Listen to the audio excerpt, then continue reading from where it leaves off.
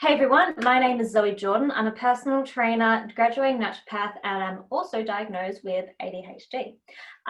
What I've found with getting diagnosed is that the best way for me to learn about this condition was actually to connect with other people and to learn from their experiences so that I could actually see how that was affecting me and my life as well. So that's why I'm starting this podcast, and I'm so incredibly excited today to have Jess on my podcast as my very first guest. She's an absolute dynamite, and I can't wait to learn a little bit more about what she does for a living, but also how ADHD has helped her to excel in her life. So, Jess, welcome. Thank you so much for coming today. Tell me a little bit about, before we get into all of the ADHD stuff, tell me a little bit about who you are, what you do. So my name's Jess, and I live in Coogee, and I run a dance, drama and sports business and fitness business for children and adults, where I go traveling to different schools teaching gymnastics, dance, drama and sport and fitness in schools and after school cares and school holidays. I travel all over New South Wales, and on Fridays I have a PT day where I do online clients, and I'm also building a garage just like you, and I'm going to have PT clients come to the garage as well. Awesome. So you work with children and adults? Children and adults mainly. I did do my personal training course to work with children. That was my niche, but now it's good to kind of find the balance as well. Otherwise I spend my life working with children. So tell me a little bit about that. So you said that children are your niche. What made you start working with So children?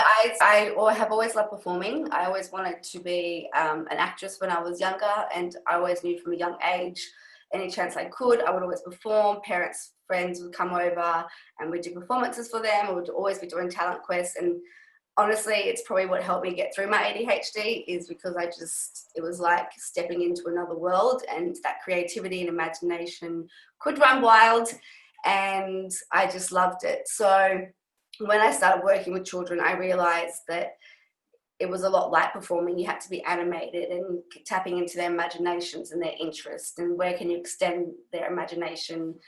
And then I did my personal training course and my diploma in early childhood, and I started working before and after school care for 8 years, and then that's where I started the dance and drama and fitness classes in that after school care, and the kids loved it there. And once I felt more confident, I went to another centre and I pulled away and eventually was doing 5 days in different after school cares, which is also great for my ADHD. It's going into a new environment every single day, not working in the one place and visiting children and going back and letting them be excited to see you again by not working there every single day and bringing new exciting things to the centre.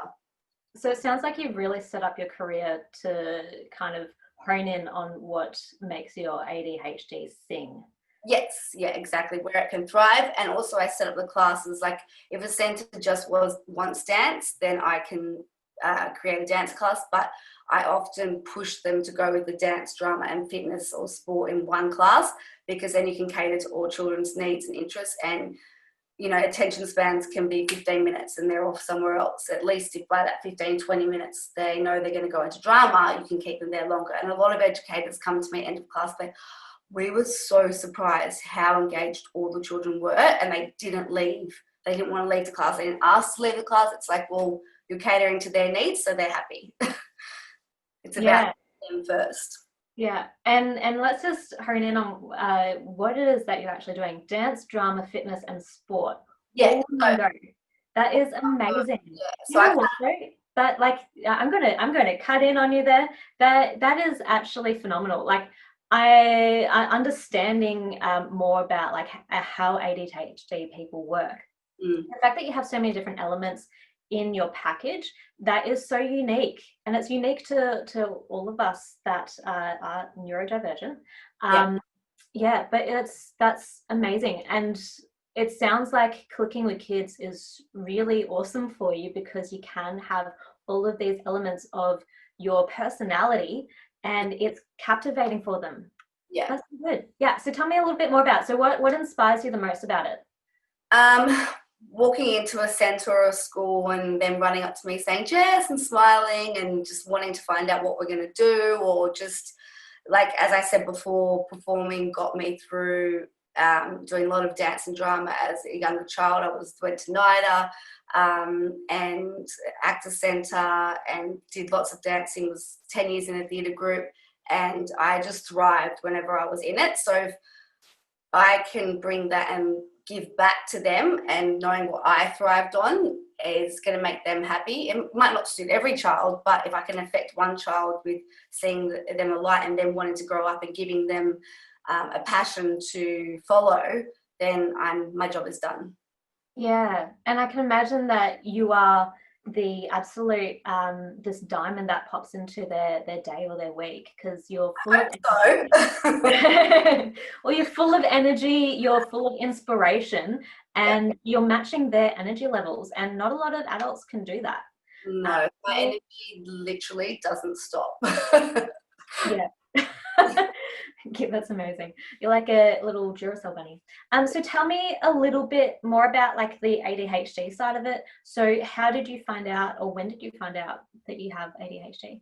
Yep, so I was diagnosed when I was younger, around 10 or 11, and the teachers started to notice that I was going into a bit of a la-la land in the class, and I wasn't really being responsive or observing or absorbing the work, and they started to see in my work that I wasn't understanding things, and I was kind of going off into a daydream in the class when I was 10 or 11 years old. And then that's when, which then again, that's my imagination, and that's my superpower, my savior for, if I didn't go into that la la land, the teachers would have never picked up on it, and I never would have been diagnosed. There's so many people that go through life that, well, like you've just been diagnosed 2 weeks ago, that, you know, have this feeling of, I do go into these la la lands and I do create all this stuff in my mind. Where's it coming from? I feel different, but I don't know what it is. Like, I'm very grateful that I was diagnosed at a young age and being able to find strategies to, you know, work through it.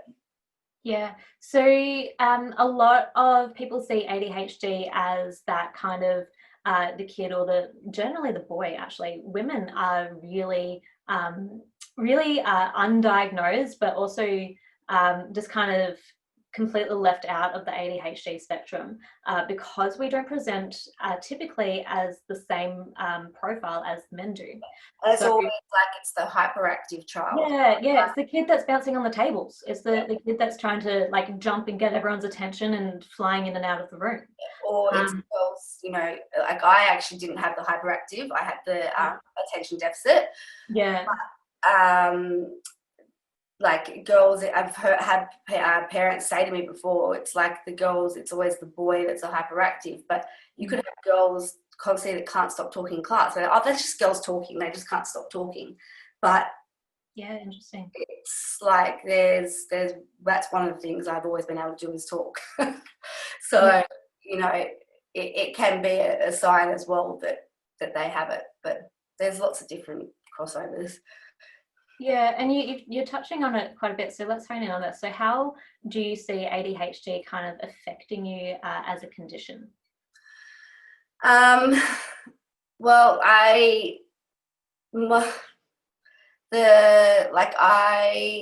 always kind of, because I've known from a young age, I've kind of always thrived on the energy side of things, and I guess that's why I've created the business through that and through the energy. I guess where the emotional control side of it is where it kind of gets me. Sometimes is just regulating those emotions, but then again, I'm also a big believer on expressing emotions and allowing children or adults and being like, it's okay to be down, it's okay to not be okay, and it's okay to have a cry if you need to. It's finding the balance between it's okay and catastrophizing on that emotion and not letting that go is where, as an adult, I've been able to see myself do and reassess. And it's a long learning process, but taking more control of my emotional control has really helped me over the last year. And I think that's where a lot of people that don't understand ADHD kind of get a bit of a misconception about people that do have it, where if we say that like we get really affected by emotions, things cause us a lot of anxiety, or we get depressed really easily, or like something like paying a bill might be really stressful for us and it might send us into a bit of a panic. Yeah. That kind of behavior, yes, it's typical for everyone, but what a lot of people don't understand is that it's really heightened Mm. for ADHD people or neurodivergence in the So that ADHD. normal emotion that you might be Yeah, feeling sadness, it's like yeah, 1,000 times worse on the spectrum. yeah, And that's why it can be so hard to regulate it. But I just yeah. think letting it go, eventually I get to a point where I have to let it go and I have to have that cry. And then it's just that me finding that balance of having that cry and then reining it back in. And Yeah. these are actually like, what was I going to say? Like, this is actually what happened, not the catastrophized version of what happened. Yeah. So it's like connecting with that pain that you have there, or that emotion or whatever it is that you have there, rather than trying to suppress it and let it ruminate. Yeah. And once again, like that's something that everyone can relate to. It's just for ADHD, it is not here, it's up here. Yeah. Yes. Yeah, and it's And so another thing as well with that is one thing I've had to learn with dealing with him. I've only learnt this really in the last year, but I used to tell everyone everything and how I'm feeling and just blurt everything out. And sometimes that can be actually detrimental, not being like, the nice person that tells everyone everything, but people can use that to make themselves feel better, depending on what's going on in their lives. And also that people don't need to know everything. It's okay to say no. It's okay to keep stuff to yourself, where that nervous talking ADHD anxiety can just go out to everywhere and everyone. And the best thing I've learned over the last year is not telling everyone everything. yeah, it's actually interesting. When as a kid, I was super quiet. I hardly said anything to anyone. And when I moved out of my hometown and came down to Melbourne, I found that people actually accepted me more when I told them about things that were troubling me. Mm. And so I actually did that, where I didn't realize that it's like there's actually a threshold of what you should tell people. And it took me a while to figure that out. So I just went from telling no one about anything to do with my life to telling everyone, because I felt like they didn't understand me. So I was like, oh, just tell them all the things that are troubling me and then they'll understand me. But yeah, there's a point where it's a little bit too much. But what's your favorite part about having ADHD? What is it that you just go, fuck, this is just an awesome superpower to have? I can do things very last minute, and I know that's an ADHD trait to also do, but my creativity, I like to create, but often things come together with a spontaneous thought that will just pull everything together, and my energy will just want to run with it, and it's just the right timing and it just happens. But obviously the energy side of things as well, I can keep going. I have to train. Like this morning I trained twice, then went to the beach. We started this at 10 o'clock, so the fact that you've trained twice before 10 o'clock, Yes. that's pretty awesome. Yeah, no, I have to, and that's one thing that is a strategy that I have to use is exercise, because if I don't use it, you don't want to know me. But and even through high school, I wasn't in gyms or anything, but I used to run on the beach and sands just to, if I was in exams or whatever, just to get outside and move, get that brain just regulating and body moving. Movement flow. Yeah. Yeah. So what do you reckon has been your biggest challenge? You mentioned the emotion side of it before. Is there anything else that you feel ADHD has really hindered in your life at all?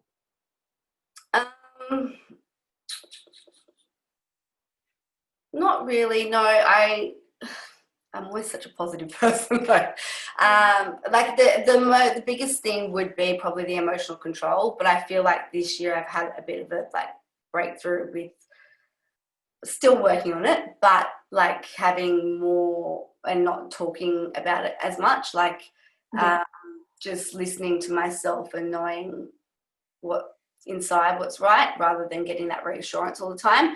But it's still a work in progress. Help you to get that insight this year compared to other years? Going on a program. Okay, yeah. Yeah. And like, have you always had, because like you said that you were diagnosed when you were 10 or 11, Yeah. have you always had like a therapist by your side through all this, or have you been going to therapy more or less this year? I worked with specialists and psychologists. That's what I want to do, is the cognitive brain, is it, what's it called? The Cognitive behavioral therapy? Yeah, I want to start getting into doing that's my next step, is doing the cognitive behavioral therapy. Yeah. Just because I've come up with strategies myself, but I think it's very important not only with the psychiatrist, but to actually be sort of speaking to someone and just letting it out and talking, getting strategies to help you deal with things is just as important as exercising. You know, mind exercises and strategies are really important. Yeah, and that's so true. So you mentioned like exercise is so important for you, and that we don't really want to know if you haven't been training. I guess like eating, like it's almost like if we haven't trained, it's like we haven't eaten, where we just get hangry. Yeah. We'll have to come up with a word for that. So what do you find is like the best thing for you to do, or your routine, or like routines for me are actually, unless I have something that I specifically have to do, like it's just like a absolute cannot avoid it for the life of me. I am absolutely horrendous at routines. Ugh, yeah. So what is it? I don't know. Yeah, so what is it that helps you to optimize your days? What is it that kind of gets you to get really Number one is training. Yeah. I have to have that session in, whether it's 4 in the morning or 6 in the morning, depending on what's going on in my day. Food prep also has helped me over the years as well. Is just making sure I'm getting that nutrition, and either cooking on a Sunday, or if it's pre-made meals, but as long as I've got that healthy food. And because I work in schools and you've got your recess break, your lunch break, I kind of can plan my food to eat in those times as well, making sure I'm getting that nutrients. I probably should have a bit more routine with like just in terms of admin, because I'm doing everything with the business, is teaching the classes, and then sometimes after a long day with kids and maybe seeing some 300 kids in one day, the last thing I feel like doing is coming home and doing my admin. 300 kids in one day? Yeah. That's a lot of kids. It can get up to that, but it's because sometimes you've got 6 or 7 classes per day, 30 kids in one class, and then I'm going into after school cares, and it depends from 30 to 50. Sometimes it's less than 30, but it can go from 200 to 300 in one day, which is a lot. Yeah. So by the time I get home, I'm just like, the thought of doing admin, I just want to watch TV, or just want to zone out and do nothing. And then depends on what's going on in my personal life as well. You've just got, if you're giving a lot in classes as well, it's kind of like, well, having the routine also helps. But also I found, like, when driving to schools or whatever, is not closing my eyes for meditation, but like doing sound interactive meditation, and following along has really helped me with just getting in the zone. And also another strategy to get, like, if you're doing the sound in your head, then, or out loud, it alleviates any of those thoughts just going round and round and round. Yeah, I love that. And so you mentioned before that, like, at the end of the day, it's hard for you to get those admin tasks done. Is there a way that you've been able to kind of structure yourself or structure your business so that getting all of those extra things done in the day or like those extra tasks, is actually doable so that you can be successful? Because how long you say you've been running this business for again? Good 3 years. 3 years. So like you're actually an established set up business now, which means that you've gone past what like 80% of businesses do, which is fail within the first year. So for you to have been able to set up a business where you're seeing up to 300 kids a day and traveling all around Sydney, and you're able to keep on top of and you're able to keep on top of like all the business stuff as well, which I'm sure that right now in your mind, because ADHD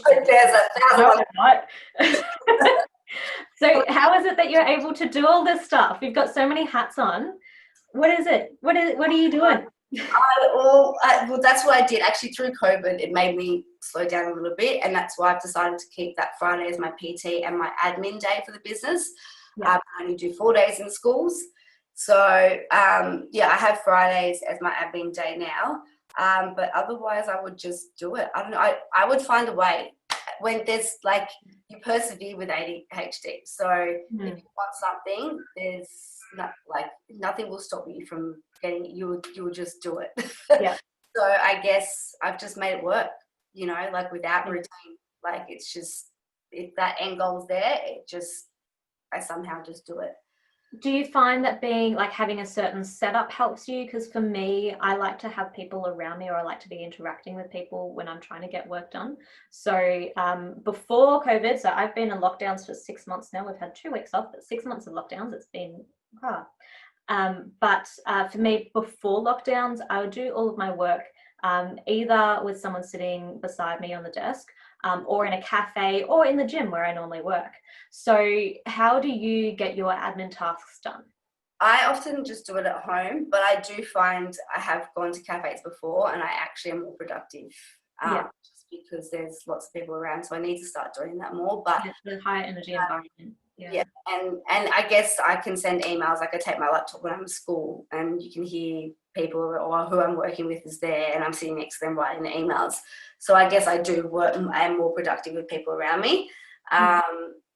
Maybe it's that whole performance thing again. There's someone watching me. I'm doing something, you know. So it just comes down to that. Like, even when I teach gymnastics, it's like, how am I going to show this best skill to the kids? Oh, let's imagine that I'm a gymnast. And then that acting, you know, or whatever I need to do, is that performance gets me through whatever I need to get to do. Yeah, and this is another element that I never understood was ADHD, because that's how I've actually gotten through a lot of my life when I've done different tasks or jobs or things like that. So I've been a personal trainer for 5 years now. Before this, I was one of those people that had like a job for 9 months. I'd do it really well, everyone would love me, and then I'd move on and do another thing, because as soon as I'd hit like that, well, there was a couple of jobs I stayed in for a couple of years, but generally I would learn it enough so that I was very good at it, and then I'd get bored of it straight away and find something else. And with each of those jobs, I would almost put on like a different mask or a different facade. And in my first retail job, like I mentioned earlier, I was really quiet as a kid, and retail is actually what helped bring me out of my shell. But when I started there, I needed to wear a name tag. They didn't have Zoe on a name tag. So I had a different name, which was Vanessa. And I literally just went, cool, I'm Vanessa here, and I'm just going to act like a different person. And and like, I was making so much money in sales commissions that I was getting an extra paycheck every month just from honing in on that performance. And coffee helps. So I didn't, like, you're giving me another aha moment that I didn't realize that performance side of me is ADHD, but it makes so much sense. The thing about personal training is as well, because you're demonstrating all the exercise.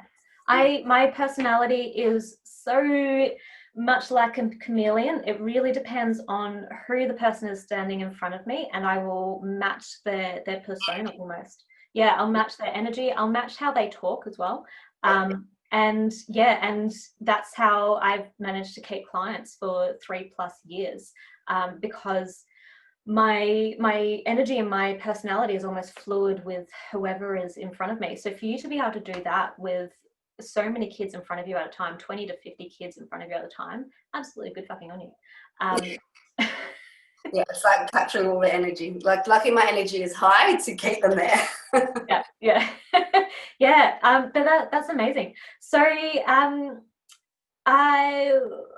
what do you reckon? So we've spoken a lot about like how it is that you've created your optimal career that's based around ADHD and managing it and excelling at ADHD as your superpower. Is there any other advice that you'd like to give other women that are about to be diagnosed or suspect that they might have ADHD? Yeah, definitely. There's no right or wrong. I think just listen to yourself. Like, if you know, as I said from the beginning, I always knew performance, and I did want to be, you know, the actress, but then I always wanted to stay grounded as well, even if I did, you know, become an actress, and just listen to who you are, because there's no linear way in life, and it doesn't matter. Like, it can always come back around. Like this year I ended up doing 2 films. So it's just like amazing that I mean, one was an extra role and one was a speaking role, but it's just amazing how it can come back in. And there's no right or wrong way. If you get diagnosed as soon as possible as well, like just so you're aware, and if you know and you can work with like strategies with psychiatrists and therapists to help you as well. But I don't know, I've always just listened to myself. Yeah, it and sounds like you really trust yourself, which is, yeah, or trust how you're feeling, which is yeah, so beautiful. which is a good thing, but it can be also detrimental as well. But it's just finding that balance between the where the balance. Yeah, I feel ya. Yeah. So yeah, thank you so much for everything. Is there anything else that you'd like to add there as well? Or anything else that's popped up in your mind, like, oh, this has just become like an aha moment for yourself, or just a little light bulb as we've been talking? God, I usually have 1,000 of them. I guess I've been letting you talk so much through this. Another thing as well is, like, I don't know, I really believe that like people with ADHD have a lot of compassion and human connection, and that's why I like to create a lot of my classes as well, is just because it just connects people together. Like sometimes the kids don't even know each other, but then they become friends by the end of the term. They might go to different schools or whatever, the after school care, and I think that's such a beautiful thing if you can, you know, or someone an adult who hasn't learned how to move their body but suddenly moves their body and they feel like this completely new person, and then you connect with them, and then that gives them confidence to go connect with other people. And I just think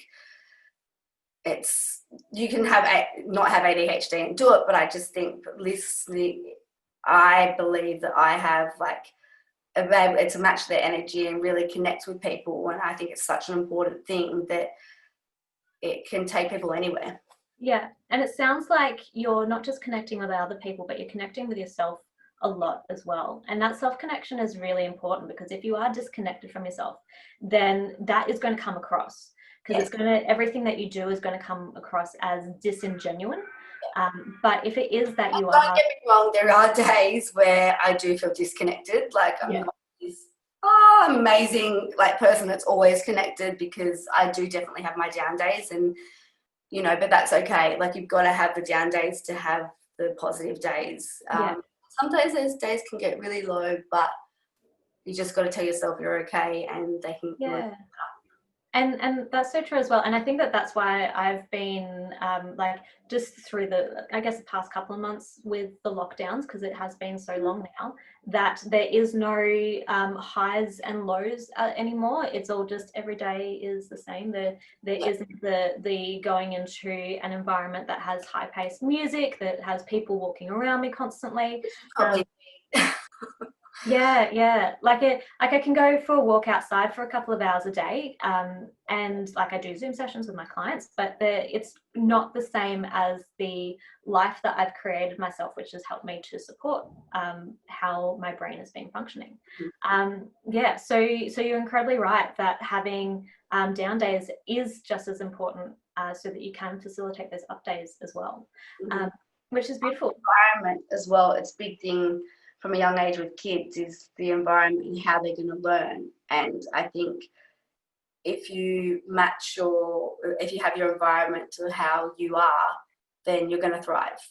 You're going to feel safe. And if stepping into a new environment every single day, like getting out of the house and all that is for you, then that's for you, and that's where you feel safe. But some people might not want that, you know, but lots of people tend to find their jobs on the environment that they feel safe in. Yeah, that's so true. But yeah, thank you so much for having a chat with me today. So before I turn off the recording, I want you to plug yourself. So tell us, I don't know if we've actually mentioned what your business name actually is, in case there are some people that do that are watching this and they do have bunches of kids that they would love you to interact with. But also you've mentioned that you're doing personal training. So if there's people as well that would like to connect with you, how do they find you? How do they find out who it is that I'm actually communicating with? My adult classes are always based on your interest as well, like I do with kids. So if you like hula hooping, I'm going to put hula hoops in there as well as PT. But my business name is called the Jess Academy Hub. At the moment, I'm on Instagram and Facebook. My website is getting updated, so I'm in the process of doing that. So you can find me on the Jess Academy Hub Instagram or Facebook. Beautiful, amazing. Thank you so very, very much. You're an absolute inspiration, and I absolutely love watching what you're doing on Instagram, seeing those like silent discos and stuff that you're doing with these kids. I wish that I was a kid again. Jeez, if you came over. Adult ones. Well, you do adult ones as well? We can, yeah. Oh my goodness. Sign me up. Well, thank you, and thank you everyone for watching today. I hope that you've been able to get some insight or inspiration from Jess and her story. I definitely have, and I will see you guys soon. Have an awesome day. Thank you. Bye.